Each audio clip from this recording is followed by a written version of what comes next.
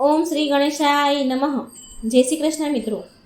ચૈત્ર પૂર્ણિમાની કથા, ભગવાન વિષ્ણુના ભક્તની કથા. ઓમ નમો ભગવતે વાસુદેવાય. પૌરાણિક કથા અનુસાર એક નગરમાં એક શેઠ શેઠાણી રહેતા હતા. શેઠાણી રોજ ભગવાન શ્રી હરિની પૂજા પૂરા ભક્તિભાવથી કર્યા કરતા હતા.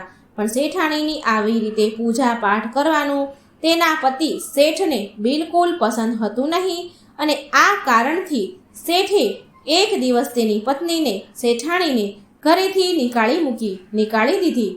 શેઠાણીના ઘરેથી નીકળ્યા ગયા પછી શેઠાણી તો જંગલ તરફ ચાલી નીકળી. રસ્તામાં શેઠાણીએ જંગલમાં જોયું કે જંગલમાં 4 આદમી માટી ખોદી રહ્યા છે.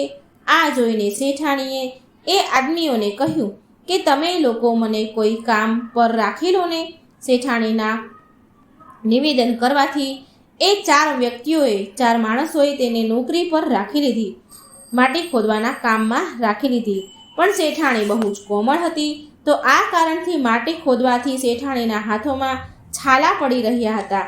એટલે આ જોઈને 4 આદમીએ શેઠાણીને કામ છોડવા માટે કહ્યું, અને તેમણે એમ કહ્યું કે આ કામની જગ્યાએ તમે અમારા ઘરમાં કામ કરી આપજો.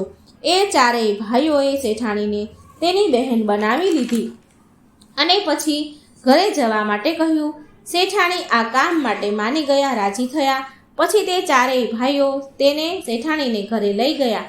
ત્યાં એ રોજ 4 આદમી 4 મુઠ્ઠી ચોખા લાવતા અને તેને વહેંચીને ખાઈ લેતા હતા. આવું જોઈને શેઠાણીને બહુ દુઃખ થયું. આ બધું જોઈને શેઠાણીએ 4 ભાઈઓને કહ્યું કે હવે તમે આજથી 8 મુઠ્ઠી ચોખા લાવજો.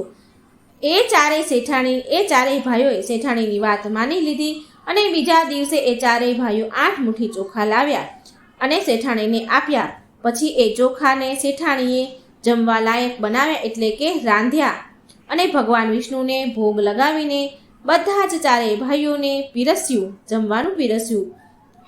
આ વખતે જ્યારે એ 4 ભાઈઓ જમવા બેઠા તો એ ભોજન એમને બહુ સ્વાદિષ્ટ લાગ્યું, અને એમણે તે ભોજનના બહુ વખાણ કર્યા અને તેનું રહસ્ય પૂછ્યું. તો શેઠાણી બોલ્યા કે આ ભોજન ભગવાન વિષ્ણુનો પ્રસાદ છે, માટે તમને આ ભોજન આટલું સ્વાદિષ્ટ લાગી રહ્યું છે.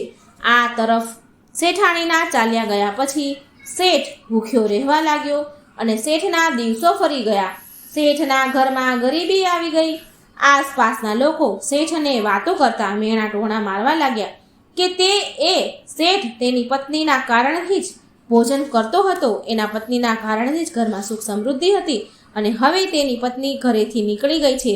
આ શેઠે નીકાળી મૂકી છે, એટલે હવે કેવો ભૂખ્યો ભટકી રહ્યો છે. લોકોની વાત સાંભળીને શેઠ શેઠાણીને શોધવા માટે નીકળી જાય છે. એને પછતાવો થાય છે અને એને શોધવા માટે નીકળી જાય છે. એ શેઠાણીને શોધવા માટે જંગલ તરફ ચાલવા લાગ્યો. તો રસ્તામાં તેને એ 4 આદમી માટી ખોદતા દેખાયા.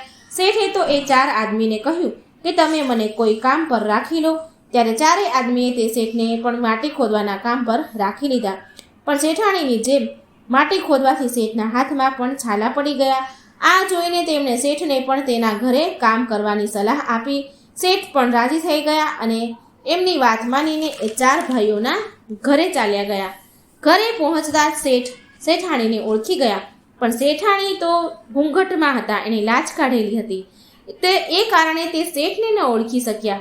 રોજની જેમ શેઠાણીએ ભગવાન વિષ્ણુને ભોગ લગાવ્યો, અને જ્યારે 4 ભાઈઓ ઘરે આવ્યા ત્યારે બધાને સહિત તે શેઠને પણ એ જમવાનું પીરસે છે. 4 ભાઈઓને જમવાનું પીરસ્યું. પણ જેવું જ શેઠાણી એ શેઠને જમવાનું પીરસતા હતા તો ભગવાન વિષ્ણુએ શેઠાણીનો હાથ પકડી લીધો, અને ભગવાન બોલ્યા કે તું આ શું કરી રહી છે? તું શેઠાણી બોલ્યા કે પ્રભુ, હું તો કંઈ નથી કરી રહી, હું તો માત્ર ભોજન પીરસી રહી છું. 4 ભાઈઓએ શેઠાણીને કહ્યું કે અમને પણ ભગવાન વિષ્ણુના દર્શન કરાવો. તો શેઠાણીના અનુરોધ કરવાથી ભગવાન વિષ્ણુ પ્રગટ થયા. આ જોઈને બધા જ 4 ભાઈઓ ભગવાન વિષ્ણુના દર્શન કર્યા, અને આ જોઈને શેઠ શેઠાણીથી ક્ષમા માંગવા લાગ્યા અને તેનો હાથ પકડીને ઘરે આવવાનું કહ્યું.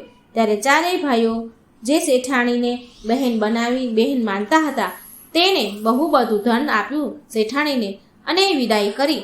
ત્યારથી જ શેઠજી શેઠ ભગવાન વિષ્ણુનો ભક્ત બની ગયો અને પૂરી શ્રદ્ધા ભક્તિથી ભગવાન વિષ્ણુની પૂજા કરવા લાગ્યો અને આમ કરવાથી તેના ઘરમાં ફરીથી ધન વર્ષા થવા લાગી.